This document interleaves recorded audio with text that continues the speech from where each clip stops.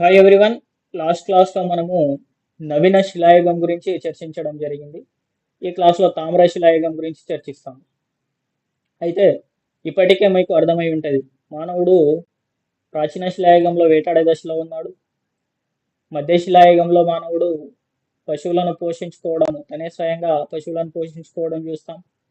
నవీన శిలాయుగానికి వచ్చేసరికి వ్యవసాయం ప్రారంభిస్తాడు. అంటే మానవుడు పశువులను వేటాడే దశ నుండి తనే స్వయంగా ఆహారాన్ని ఉత్పత్తి చేసుకునే దశకు చేరుకోవడము చాలా చాలా గొప్ప అభివృద్ధి అని చెప్పాలి. ఆ తర్వాత మానవుడు లోహం కనుక్కోవడము, ఒక లోహాన్ని కనుక్కొని లోహ పనిముట్లను ఉపయోగించడం చూస్తాం. అదే తామ్రశిలాయుగం. ఈ తామ్రశిలాయుగంలో మానవుడు ఒక లోహాన్ని కనుక్కుంటాడు. ఏంటిది ఆ లోహం అంటే రాగి. తామ్రం అంటే రాగి, కాబట్టి రాగి పేరు మీదుగా తామ్రశిలాయుగం అనే పేరు వస్తుంది. సో రాగిని ఎప్పుడు కనుక్కుంటాడు మానవుడు అంటే 3000 బీసీలో కనుక్కుంటాడు. అంటే మానవుడు కనుక్కున్న లోహము, మొట్టమొదటి లోహం ఏది అంటే రాగి. రాగి 3000 బీసీలో మానవుడు కనుక్కుంటాడు. మానవుడు ఉపయోగించిన తొలి లోహం ఇది. ఆ తర్వాత ఇంకా ఏ లోహాన్ని ఉపయోగిస్తాడు మానవుడు? తర్వాత రాగి తర్వాత ఏ లోహాన్ని కనుక్కుంటాడు అంటే కాంస్యాన్ని కనుక్కుంటాడు. కాంస్యం 2500 బీసీలో కనుక్కుంటాడు. ఆ తర్వాత ఇనుము కనుక్కుంటాడు. ఇనుముని 1000 బీసీలో కనుక్కుంటాడు. ఎందుకంటే లేటుగా ఇనుముని కనుక్కోవడం జరిగింది. కారణం ఏంటిది? దాదాపుగా ఇక్కడ చూస్తే డిఫరెన్స్ మనము రాగికి ఇనుముకి దాదాపుగా 2000 సంవత్సరాలు డిఫరెన్స్ ఉంది. సో 2000 సంవత్సరాలు డిఫరెన్స్ మనకు కనిపిస్తుంది రాగికి ఇనుముకి. సో ఇనుము కనుక్కోవడానికి అంత డిఫరెన్స్, అంత లేటుగా ఎందుకు కనుక్కోవడం జరిగింది, కారణం ఏంటిది అని చూస్తే, ఇక్కడ ఇనుముని, ముడి ఇనుము భారతదేశంలో ఎక్కడైనా లభిస్తుంది, లభించదని కాదు. భారతదేశంలో ఎక్కడైనా ముడి ఇనుము, ఏ రాష్ట్రంలో అయినా ముడి ఇనుము లభిస్తుంది. కానీ ఆ ముడి ఇనుముని వేడి చేసి కరిగించాలంటే చాలా ఎక్కువ టెంపరేచర్ కావాలి, ఎక్కువ ఉష్ణోగ్రత, ఎక్కువ వేడి కావాలి. ఆ ఎక్కువ వేడిని జనరేట్ చేసే సాంకేతిక పరిజ్ఞానం ఆనాటి మానవుడికి లేదు. ఆ ఎక్కువ వేడిని జనరేట్ చేసి సో ఇనుమును కరిగించాలంటే అంత సాంకేతిక పరిజ్ఞానం ఆ మానవుడికి లేకపోవడం వల్ల ఇనుముని లేటుగా కనుక్కోవడం చూస్తాం. మరి రాగి చాలా సాఫ్ట్ మెటల్. రాగిని కరిగించాలంటే చాలా తక్కువ ఉష్ణోగ్రత దగ్గర రాగి కరిగిపోతుంది, తక్కువ వేడి దగ్గర రాగి కరిగిపోతుంది. కాబట్టి రాగిని తొలిసారిగా మానవుడు ఉపయోగించడం చూస్తాం. ముడి ఇనుము ఎక్కడైనా లభిస్తుంది. ముడి ఇనుము లభించడం ముఖ్యం కాదు మనకు. ముడి ఇనుము నుండి మనము దాన్ని కరిగించి ఇనుముగా తయారు చేయాలి అంటే కొంచెం వేడిమి ఎక్కువ ఉష్ణోగ్రత కావాలి. అవి ఉష్ణోగ్రత జనరేట్ చేసే సాంకేతిక పరిజ్ఞానము ఆ మానవుడికి లేకపోవడం కారణం ఇనుము ఉపయోగించలేదు, తర్వాత లేటుగా ఉపయోగించడం చూస్తాం. సో రాగిని తొలిసారిగా మానవుడు కనుక్కోవడం చూస్తాం అన్నట్టు.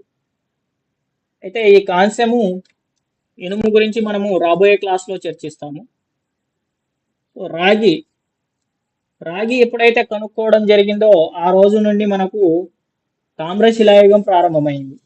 ఎప్పటి నుండి ఎప్పటి వరకు తామ్రశిలాయుగం అంటే 3000 బీసీ నుండి 700 బీసీ వరకు తామ్రశిలాయుగం చూస్తాం. అంటే మళ్ళీ ఇక్కడ గమనించాలి, ఒక శిలాయుగం అంతమైంది అంటే ఇంకో శిలాయుగం ప్రారంభం కాదు. ఆ శిలాయుగం నడుస్తూనే ఇంకో శిలాయుగం ప్రారంభమైంది. అంటే ఒక శిలాయుగం ప్రారంభమైందంటే ఇంకో శిలాయుగం అంతమైందని కాదు.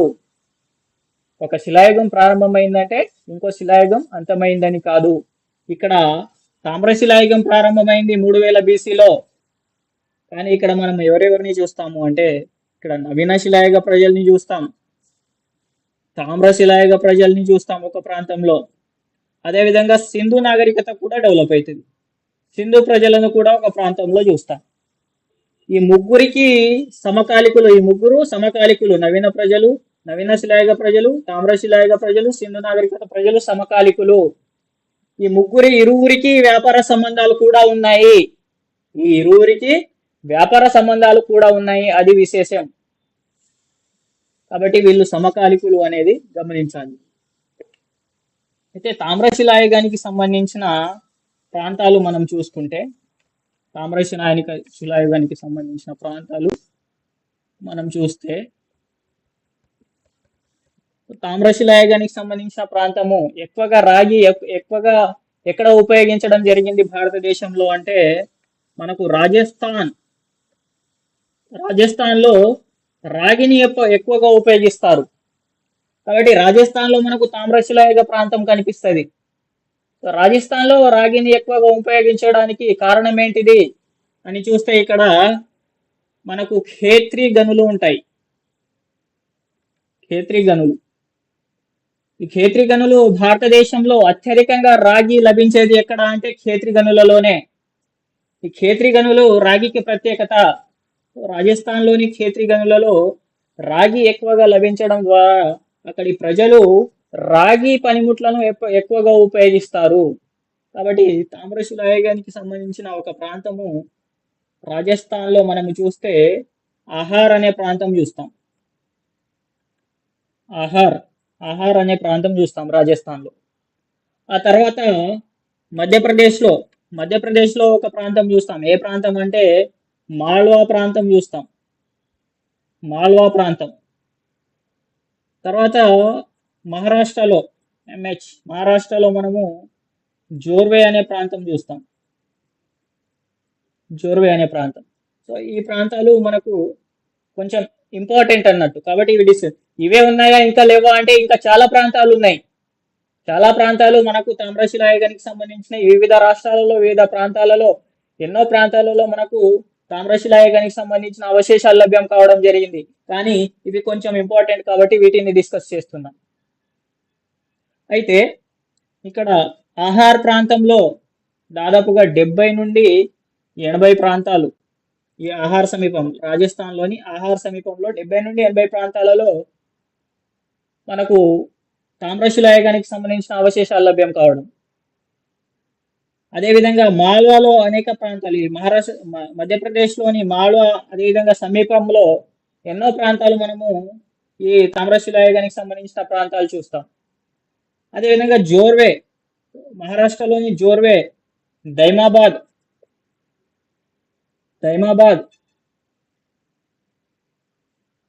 సో ఈ విధంగా ఇంకా కొన్ని ప్రాంతాలు, సో ఇంకా ఎన్నో ప్రాంతాలను మనం మహారాష్ట్రలో కూడా తామ్రశిలాయుగానికి సంబంధించిన ప్రాంతాలు చూస్తాం. అక్కడ దానికి సంబంధించిన అవశేషాలు బయలుపడ్డాయి. కానీ వీటికి రాజస్థాన్లోని ఆహార్ ప్రాంతము అని చెప్పేసి ఆహార్ ప్రాంతాన్ని తీసుకొని ఆహార్ సంస్కృతి అనే పేరు పెట్టడం జరిగింది పురావస్తు శాస్త్రవేత్తలు. రాజస్థాన్లో ఇంకా ప్రాంతాలు చాలా ఉన్నా ఆహార్ ప్రాంతాన్ని ఆహార సంస్కృతి అని పేరు పెడతారు. మధ్యప్రదేశ్లో ఇంకా ఎన్నో ప్రాంతాలు ఉన్నాయి కానీ మాల్వా ప్రాంతాన్ని తీసుకొని మాల్వా సంస్కృతి అని పేరు పెడతారు. మధ్యప్రదేశ్లో పురావస్తు శాస్త్రవేత్తలు మాల్వా సంస్కృతి అంటారు. ఇక్కడ మహారాష్ట్రలో దైమాబాద్ ప్రాంతం, ఇంకా ఎన్నో ప్రాంతాలు ఉన్నాయి కానీ జోర్వే ప్రాంతాన్ని తీసుకొని జోర్వే ప్రాంతం పేరు మీదుగా జోర్వే సంస్కృతి అనే పేరు పెట్టడం జరిగింది. ఎందుకు? ఇంకా చాలా ప్రాంతాలు ఉన్నాయి కదా, వాటి పేర్లు ఎందుకు పెట్టలేదు? ఈ ప్రదేశాలు ఏమైనా ఇంపార్టెంటా అంటే ఇంపార్టెంటే. ఎట్లా ఇంపార్టెంట్ అంటే పురావస్తు శాస్త్రంలో ఒక సాంప్రదాయం ఉంటుంది. ఏంటిది ఆ సాంప్రదాయం అంటే ఏదైనా ఒక సంస్కృతికి కానీ ఏదైనా ఒక నాగరికతకు కానీ సో అక్కడ లభించిన అవశేషాలు ఎన్నైనా కావచ్చు, ఎన్ని ప్రాంతాలలో అయినా లభించవచ్చు. కానీ వీళ్ళు ఏది డిసైడ్ చేస్తారు? టైప్ సైట్ని చూస్తారు. టైప్ సైట్ ఏంటిది అంటే ఇప్పుడు సింధు నాగరికత ఉంది. సింధు నాగరికతకి మరో పేరు హరప్ప నాగరికత. ఎందుకు హరప్ప నాగరికత అనే పేరుతో పిలుస్తున్నాం? సింధు నాగరికత అనే పేరుంది, మళ్ళీ హరప్ప నాగరికత అనే పేరుతో ఎందుకు పిలుస్తున్నాం అంటే ఈ సింధు నాగరికతకు సంబంధించిన టైప్ సైట్ హరప్ప. సింధు నాగరికతకు సంబంధించిన టైప్ సైట్ హరప్ప. ఏంటిది టైప్ సైట్ అంటే ఏంటిది అంటే ఈ సింధు నాగరికతలో ఎన్నో ప్రాంతాలు లభించడం జరిగింది సింధు నాగరికతకు సంబంధించినవి. కానీ హరప్ప మొట్టమొదటగా హరప్ప లభించింది కాబట్టి ఇది టైప్ సైట్ అయ్యింది. సో హరప్ప మొదటగా లభించడం ద్వారా ఆ నాగరికతను హరప్ప నాగరికత అంటున్నాం. అదేవిధంగా ఇక్కడ రాజస్థాన్లో ఆహార్ ప్రాంతము మొట్టమొదటగా లభించింది. ఆహార్ ప్రాంతంలో సో ఈ తామ్రశిలాయుగానికి సంబంధించిన అవశేషాలు మొదటగా లభించినాయి. ఎక్కడ అంటే రాజస్థాన్లో. నేను భారతదేశంలో అనట్లేదు, నేను రాజస్థాన్ లో అంటున్నా. రాజస్థాన్ లో మొదటగా తామ్రశిలాయుగానికి సంబంధించిన అవశేషాలు ఆహార్లో లభించినాయి. ఇంకా 70-80 ప్రాంతాలు ఉన్నాయి ఆహార్ ఈ రాజస్థాన్ లో, ఈ ప్రాంతాల్లో. కానీ ఆహార్ అనే పేరు ఎందుకు పెట్టడం జరిగింది? ఈ రాజస్థాన్ లో ఆహార్ లో మొట్టమొదటగా లభించడం అంటే ఇది టైప్ సైట్. ఆహార్ అనేది టైప్ సైట్. సో కాబట్టి ఆహార్ సంస్కృతి. తర్వాత ఇక్కడ మధ్యప్రదేశ్ లో మాల్వా మొట్టమొదటిగా బయలుపడము. మాల్వా ప్రాంతంలో మొదటగా ఈ తామ్రశిలాయుగానికి సంబంధించిన అవశేషాలు లభించడము. అంటే ఇక్కడ మధ్యప్రదేశ్ లో మాల్వా ఒక టైప్ సైట్ కాబట్టి మాల్వా సంస్కృతి అంటున్నాం. ఇక్కడ మహారాష్ట్ర జోర్వే సంస్కృతి, జోర్వే ఒక టైప్ సైట్. జోర్వే మొదటగా బయలుపడింది మహారాష్ట్రలో. తామ్రశిలాయుగానికి సంబంధించిన ఈ జోర్వే ప్రాంతంలో మొదటిసారిగా అవశేషాలు లభించడం జరిగింది మొట్టమొదటగా ఇక్కడే మహారాష్ట్రలో. కాబట్టి సో జోర్వే సంస్కృతి ఆ టైప్ సైట్ పేరు మీదుగా జోర్వే సంస్కృతి అనే పేరు పెట్టడం చూస్తాం.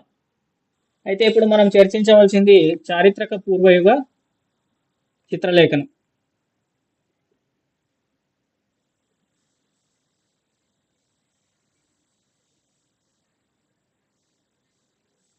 చారిత్రక పూర్వయుగ చిత్రలేఖనం అంటే చారిత్రక పూర్వయుగ మానవుడు చిత్రాలను కూడా గీయడం జరిగింది. ఎక్కడ గీయడం జరిగింది చిత్రాలను అంటే రాళ్లపైన, వాళ్ళు నివసించిన గుహలలో ఉన్న రాళ్లపైన ఆ చిత్రాలను గీయడం చూస్తాం. అయితే భారతదేశంలో అనేక ప్రాంతాలలో ఈ చిత్రాలు లభిస్తున్నాయి మనకు. ఎలా ఏ విధంగా చిత్రాలు గీయడం జరిగింది, కలర్స్ ఎక్కడి నుంచి తీసుకురావడం జరిగింది అంటే మానవుడు, ఆ శిలాయుగం నాటి మానవుడు రంగురంగు రాళ్లను ఏరుకొని వచ్చి ఆ రాళ్లను సున్నం లాగా చేసి వాటిని పౌడర్ లాగా చేసి ఆ రాళ్ల సున్నం ద్వారా, ఆ పౌడర్ ద్వారా ఆయన చిత్రాలను గీయడం చూస్తాం.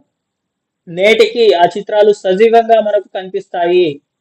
నేటికి ఆ చిత్రాలను మనము చూస్తాము అనేక ప్రాంతాలలో.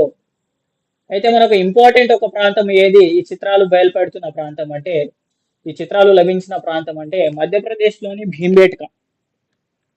మధ్యప్రదేశ్లోని భీంబేట్కా అనే ప్రాంతము ఇంపార్టెంట్. ఎందుకు ఇంపార్టెంట్ అంటే ఇక్కడ ఈ భీంబేట్కా గుహల దగ్గర సో ఇక్కడ చాలా రాళ్ళు ఉంటాయి, చాలా పెయింటింగ్స్ మనకు కనిపిస్తాయి. ఇక్కడ ప్రాచీన శిలాయుగం నాటి పెయింటింగ్స్, మధ్య శిలాయుగం నాటి పెయింటింగ్స్, నవీన శిలాయుగం నాటి పెయింటింగ్స్, అదేవిధంగా తామ్ర శిలాయుగం నాటి పెయింటింగ్స్ ఈ భీంబేట్కాలో చూస్తాం మనం. అద్భుతమైన పెయింటింగ్, వాళ్ళు గీసిన పెయింటింగ్స్ ఏమి ఉన్నాయి ఆ పెయింటింగ్స్ లో అంటే జంతువును వేటాడుతున్న దృశ్యాలు, ఒక స్త్రీ నాట్యం చేస్తున్న దృశ్యాలు మనకు అక్కడ కనిపిస్తాయి. సో ఈ భీంబేట్కాని యునెస్కో వరల్డ్ హెరిటేజ్ సెంటర్ గా గుర్తించింది. యునెస్కో వరల్డ్ హెరిటేజ్ సెంటర్ గా గుర్తించింది అంటే ప్రపంచ వారసత్వ కేంద్రంగా గుర్తించింది. యుఎన్ఓకి చాలా అనుబంధ సంస్థలు ఉన్నాయి, అందులో ఒకటి యునెస్కో. ఏం చేస్తుంది యునెస్కో అంటే ప్రపంచంలో ఉన్న ప్రాచీన కట్టడాలు ఏవైనా ఉంటే, అదేవిధంగా చారిత్రక గుర్తింపు పొందిన ప్రదేశాలు ఏమైనా ఉంటే వాటిని గుర్తించి ఒక ట్యాగ్ ఇవ్వడం. ఒక ట్యాగ్, ప్రపంచ వారసత్వ కేంద్రం అని ఒక ట్యాగ్ ఇస్తుంది. ఏం జరుగుతుంది ఆ ట్యాగ్ ఇవ్వడం ద్వారా? ఆ ప్రాంతాన్ని యునెస్కో కొంత బడ్జెట్ కేటాయించి డెవలప్ చేస్తుంది. అదేవిధంగా ఎవరైనా ప్రపంచ యాత్రికులు వివిధ దేశాలకు ఏ విధంగా వెళ్తారు, ప్రపంచ వారసత్వం ఏ ప్రాంతానికి ఉంది. ఫర్ ఎగ్జాంపుల్ ఒక విదేశీయుడు మన భారతదేశానికి వచ్చిండు, టూరిస్ట్గా వచ్చిందంటే ఆయన ఏం చేస్తాడు? ఫస్ట్ వరల్డ్ హెరిటేజ్ సెంటర్ ఎక్కడ ఉంది, యునెస్కో గుర్తించిన వరల్డ్ హెరిటేజ్ సెంటర్ ఎక్కడ ఉంది, అక్కడికి వెళ్ళి ఆ వరల్డ్ హెరిటేజ్ సెంటర్ ని సందర్శిస్తాడు. సో కాబట్టి యునెస్కో వారసత్వ కేంద్రము ఈ భీంబేట్కా అని. ఇక్కడ ప్రాచీన శిలాయుగాలకు సంబంధించిన చిత్రలేఖనాలు చూస్తాం. సో ఈ ప్రపంచ వారసత్వ కేంద్రంగా మనము భీంబేట్కాను గుర్తించడం జరిగింది మధ్యప్రదేశ్లో. ఏంటిది? United nations educational, scientific and cultural organization అంటాం యునెస్కోని. సో ఏం చేస్తుంది యునెస్కో అనేది ఇంతకుముందు చెప్పడం జరిగింది. అయితే యునెస్కో వారసత్వ కేంద్రాలు అనేకం ఉన్నాయి. భారతదేశంలో చూసుకుంటే ఢిల్లీలో వెళ్తే మనకు ఆగ్రాలో, ఢిల్లీలో చాలా ప్రదేశాలను మనం చూస్తాం. మనము ఢిల్లీకి వెళ్తే మనకు ఎర్రకోట వరల్డ్ హెరిటేజ్ సెంటర్, ప్రపంచ వారసత్వ గుర్తింపు ఉంది. ఎర్రకోటకి. అదేవిధంగా హుమాయూన్ సమాధికి ప్రపంచ వారసత్వ కేంద్రం ఉంది. అదేవిధంగా కుతుబ్ మినార్ కూడా యునెస్కో వరల్డ్ హెరిటేజ్ సెంటర్ గుర్తింపు ఉంది. మహారాష్ట్రకు వెళ్తే మహారాష్ట్రలో ఎలిఫెంటా, ఎల్లోరా కేవ్స్, అజంతా కేవ్స్ వీటికి కూడా ప్రపంచ వారసత్వ గుర్తింపు ఉంది. మన తెలంగాణ మరియు ఆంధ్రప్రదేశ్లో ఏమైనా ఉన్నాయా చూసుకుంటే, ఆంధ్రప్రదేశ్లో అయితే ఏమీ లేవు. తెలంగాణలో అయితే 2021లో ప్రస్తుతం ములుగు జిల్లాలోని పాలంపేట గ్రామంలో 13వ శతాబ్దంలో కట్టించబడిన ఒక కట్టడం ఉంది, ఒక గుడి ఉంది. ఏంటిది? అది రామప్ప ఆలయము. పాలంపేటలో ఉంటుంది. రామప్ప ఆలయానికి ప్రపంచ వారసత్వ హోదా లభించింది, ప్రపంచ వారసత్వ గుర్తింపు లభించింది. తెలంగాణలో ఒకే ఒక్క ప్రపంచ వారసత్వ కేంద్రం యునెస్కో చే గుర్తింపు పొందింది. ఏది అంటే రామప్ప ఆలయం, పాలంపేటలో ఉంటుంది, ములుగు జిల్లా ప్రస్తుతం. ఇది గుర్తుపెట్టుకోవాలి, చాలా ఇంపార్టెంట్. ఏ సంవత్సరంలో అంటే 2021 సంవత్సరంలో రామప్ప ఆలయానికి వరల్డ్ హెరిటేజ్ సెంటర్ గుర్తింపు లభించడం చూస్తాం. ఇది తామ్ర శిలాయుగానికి సంబంధించిన సమాచారం. ఈ రోజు నుండి మనకు చారిత్రక పూర్వయుగం అనే టాపిక్ కంప్లీట్ అయింది. నెక్స్ట్ మనం చారిత్రక సంధియుగం చూస్తాం. చారిత్రక సంధియుగంలో సింధు నాగరికత గురించి మనం చూస్తాం. So thank you so much. Next క్లాస్లో మనము సింధు నాగరికత గురించి చర్చించుకుందాం.